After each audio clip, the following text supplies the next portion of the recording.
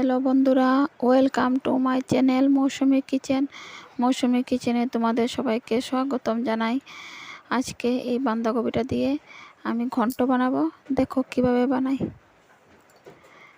বাঁধাকপিটাকে কুচি কুচি করে কেটে নিয়েছি।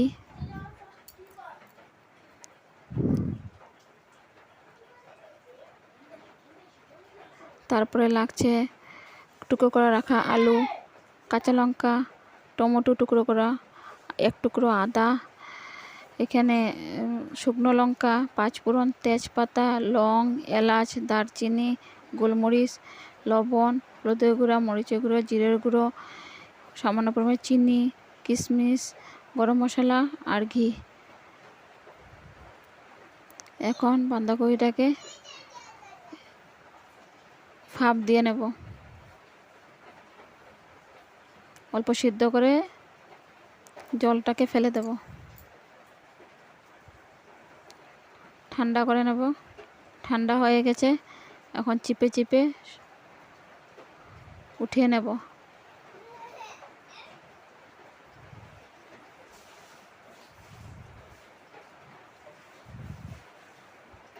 সুন্দরভাবে চিপে ভালো করে চিপে নিচ্ছি।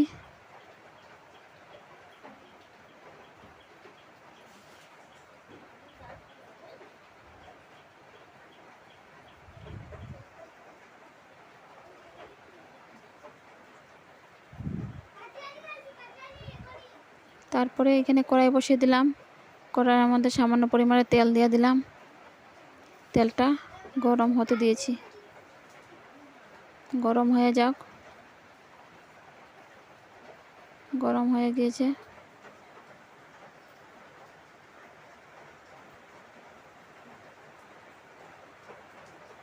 এখন আলুগুলোকে ছেড়ে দেব। আলুগুলোকে ছেড়ে দিলাম, লাল লাল করে ভেজে তুলে নেব।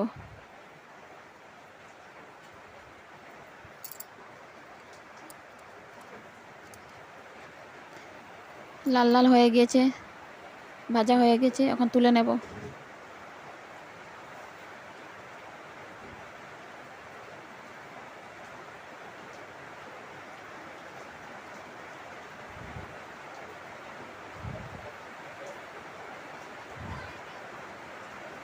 তুলে নিয়েছি। তারপরে একটা শুকনো লঙ্কা দিয়ে দেব, তারপরে তেজপাতা দিয়ে দেব, তারপরে পাঁচফোড়ন দিয়ে দেব, তারপরে আদা বাটা দিয়ে দেব, তারপরে এলাচ, লং, দারচিনি একসাথে সব দিয়ে দেব, দিয়ে নাড়াচাড়া করে নেব।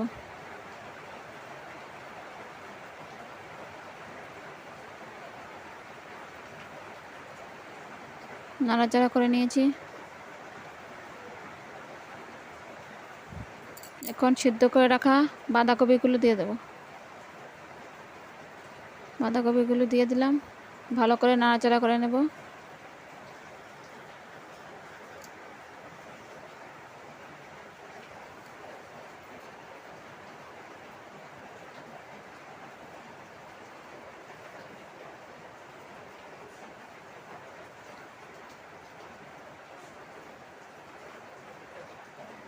ভালো করে নাড়াচাড়া করতে হবে।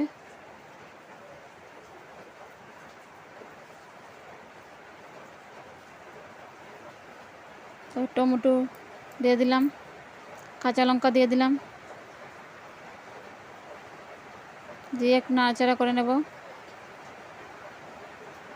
যাতে নিচে লেগে না যায়।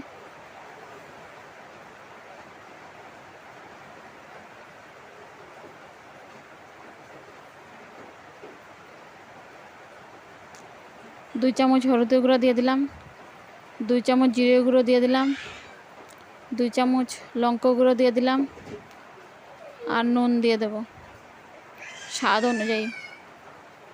নুন দিয়ে দিলাম, তারপরে নাড়াচাড়া করে নেব।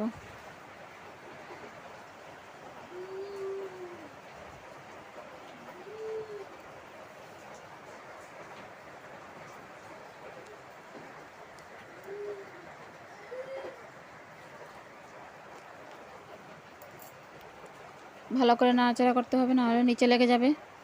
এই যে নাড়াচাড়া করতে করতে করতে করতে লাল হয়ে গেল, সুন্দর একটা কালার চলে আসছে।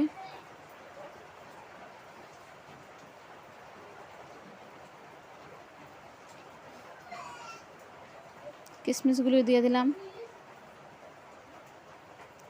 সামান্য পরিমাণে চিনি দিয়ে দিলাম। এখন ভেজে রাখা আলুগুলো দিয়ে দেব,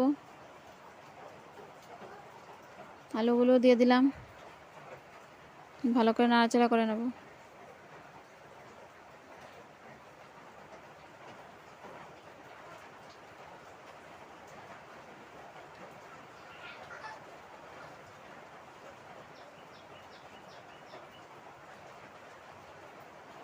ভালো করে নাড়াচাড়া করে নিলাম। তারপরে দিয়ে দেবো সামান্য পরিমাণে গরম মশলা আর ঘি দিয়ে নাড়াচাড়া করে নামিয়ে নেব।